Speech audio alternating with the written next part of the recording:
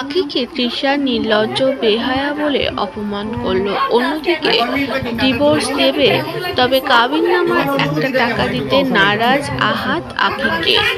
দুজনাই দেখুন কি বলছে সোশ্যালে এসে। আপু, তোমাদের কি ডিভোর্স হয়ে গেছে? আমার যে অ্যাডভোকেট আপু আছে তাকে বলছে যে ডিভোর্স পেপার নাকি পাঠিয়ে দিছে, কিন্তু আমার হাতে আমি এখনো পাইনি।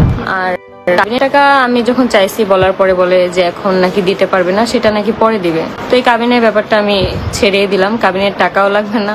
একটা মানুষের যদি অ্যাবিলিটি না থাকে দেওয়ার মতন, তাহলে তো তার কাছ থেকে জোর করে তো আর নেওয়া যায় না। তানিয়া নানি বলল আপনি নাকি আপনার বয়ফ্রেন্ড আলামিনের জন্য চলে আসছেন। আপনার নানি হয়তো জানে না, কারণ আলামিনের ব্যাপারটা আমার যাই বলি আমার হাজবেন্ড আর সতীন জানে, কিন্তু আম্মু কখনোই জানতো না। আমি আসার পরে মনে হয় শুনে শুনে আর কি এই কথা বলতেছে। কিন্তু এরকম যদি হয় আমি দোয়া করব যে আল্লাহ যেন আমার বিচার করে। যদি আমি কারোর জন্য চলে আসি, ওখানে থাকার মতো পরিস্থিতি আমার ছিল না, এজন্য আমি চলে আসছি।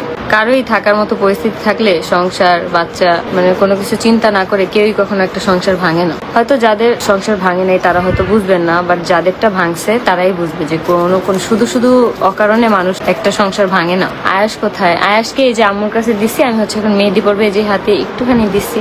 আয়াস বাবা, তোমার আম্মুর মতো ভালো মানুষ হবে। অবশ্যই আয়াস আমার মতো ভালো মানুষই হবে, কারণ আয়াসকে সুশিক্ষায় বড় করব। আমার যতটুকু সামর্থ্য আছে, আমার 100% দিয়ে আমি চেষ্টা করব যাতে আমার ছেলে একটা মানুষের মতো মানুষ হতে পারে। বাদ আপু, তোমাদের কি ডিভোর্স হয়ে গেছে? আমার যে অ্যাডভোকেট আপু আছে তাকে বলছে যে ডিভোর্স পেপার নাকি পাঠিয়ে দিছে, কিন্তু আমার হাতে আমি এখনো পাইনি। আর কাবিনের টাকা আমি যখন চাইছি বলার পরে বলে যে এখন নাকি দিতে পারবে না, সেটা নাকি পরে দিবে। তো এই কাবিনের ব্যাপারটা আমি ছেড়েই দিলাম। কাবিনের টাকাও লাগবে না। একটা মানুষের যদি অ্যাবিলিটি না থাকে দেওয়ার মতন, তাহলে তো তার কাছ থেকে জোর করে তো আর নেওয়া যায় না। আচ্ছা, একজনের লাইভ দেখলাম, সেই লাইভের কিছু অ্যান্সার আমি দেই। সে খুব সুন্দরভাবে বললো আমাদের বাসায় প্রত্যেকটা জিনিসের উপরে তার অধিকার কেন, সে আমাদের সাথে তখন ভিডিও করছে। আচ্ছা, তাহলে প্রত্যেকটা জিনিসের উপর যদি অধিকার হয়, আমাদের লোনের উপরেও তো তার দায়িত্ব, তার দেওয়া উচিত, তাই না?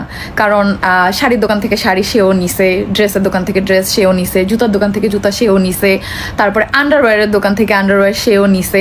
তাহলে পড়ছে সে, ফুটানি করছে সে, সব টাকা আমি একা কেন দিব?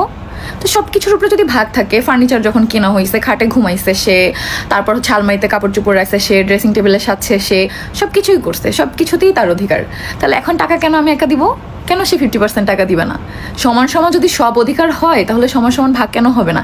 ফুটানি করে গেছে, গাড়িতে ঘুরে গেছে, ফোন চালায় গেছে, সব কিছু করে গেছে। এখন যখন আমরা একটা প্রবলেমে পড়ছি, এখন সব কিছু দিব আমরা, টাকা পয়সা লেনদেন সব দিব আমরা, কিন্তু তাকে সেই প্রোডাক্টগুলো পাঠিয়ে দিব। লজ্জা লাগে না এগুলো বলতে, যে এই বাসার প্রত্যেকটা জিনিসের উপরে তার অধিকার? জামাইয়ের উপরে অধিকার নাই, সে আবার জিনিসপত্রের উপর অধিকার খাটাইতে আসছে। তো আপা, আপনি যে এখানে ফুটানি করে গেছেন, যেই দোকানে টাকা পায়, তো সেইগুলো আপনি পাঠিয়ে দিয়েন, আপনি তো আর্নিং করেন। এগুলো তো আপনি যাওয়ার পর আমার ঋণ হয় নাই, তাই না? যে আমি একা একা আয়না করছি। এটা ব্লগেও সবাই দেখছে যে আমি যেটা পড়ছি আপনিও সেটা পড়ছেন। ভিতরের জিনিস তো মানুষ দেখে না, তাহলে ওটাও দেখতো যে ওইটাও সেমই, দুইটাই কেনা ছিল সব কিছু। হ্যাঁ, তাহলে কেন আমি একা ঋণ দিব? আপনি যেহেতু সমান সমান সব কিছুতে অধিকার, তাহলে আপনি অর্ধেক ঋণ পাঠিয়ে দেন, তারপর আমি আপনার প্রোডাক্টগুলো দিয়ে দিব। আর নয়তো নির্লজ্জের মতো এগুলো চাইেন না। আমি জগতে নির্লজ্জ মানুষ খুব কম দেখছি। এত কিছুর পরেও সে লাইভে আমাদের নিয়ে কথা বলে। আমাদের কথা না বললে লাইভে তার চলেই না, লাইভ কেউ দেখে না। আমার কথাগুলো শুনতে অনেক খারাপ লাগবে, কিন্তু একটু ভেবে দেখো আমি কথাগুলো সত্য বলছি নাকি মিথ্যা বলছি। হ্যাঁ, প্রত্যেকটা জিনিস বাজার যা করছি সে কি খায় নাই, নাকি সে না খেয়েছিল, নাকি সে কোনো পোশাক পরে নাই? ভাই, আমাদের তো কোনো ভ্লগ নাই, কোনো প্রুফ নাই যে আমরা সেম ড্রেস পরতাম, গোল্ড সেম পরতাম, সব কিছু সেম পরতাম। হ্যাঁ, আগেই কেন অর্ধেক জামা কাপড় বোনের বাসায় সরাইছে? সে যেগুলোকে কম দামি দাবি করতেছে, এক একটা ড্রেসের দাম 2800, 3200, 2700, এগুলো কম দামি। তাহলে সে যে ড্রেসটা প্রথম আমাদের বাসায় পরে আসছিল, ওইটা কয় টাকা দামের ছিল ভাই? আগে সে কয় টাকা দামের পোশাক পরতো? 2700-2800 টাকা দামের ড্রেস কম দামি? এদের নিয়ে আমি কোনো কথা বলতে চাই না, আমি কোথাও কিছু বলিও না, কিন্তু প্রত্যেকটা লাইভে আমাদের নিয়ে ঘ্যান ঘ্যান। ভাই, তোরে নিয়ে কমেন্ট আমাদেরও করে মানুষ, আমরা ওগুলো পাত্তা দিই না। কিন্তু তোর আমাদের নিয়ে কমেন্ট না পড়লে ভাত হজম হয় না। আল্লাহ বিচার তোর করবে, তুই দেখবি।